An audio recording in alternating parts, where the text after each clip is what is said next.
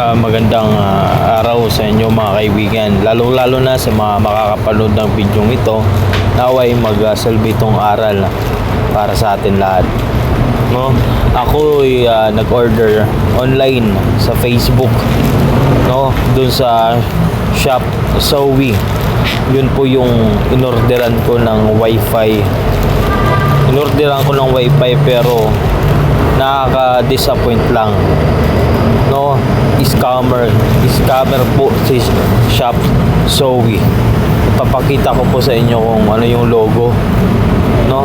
Nung dumating yung parcel sa akin, makikita nyo sa video, is holder po ng cellphone yung dumating.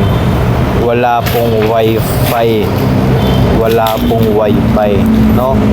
Advice ko po sa mga manonood, yung mag-order sa Facebook, kung mag-order na lang kayo sa online, doon na lang po kayo sa Lazada, no, sa Shopee.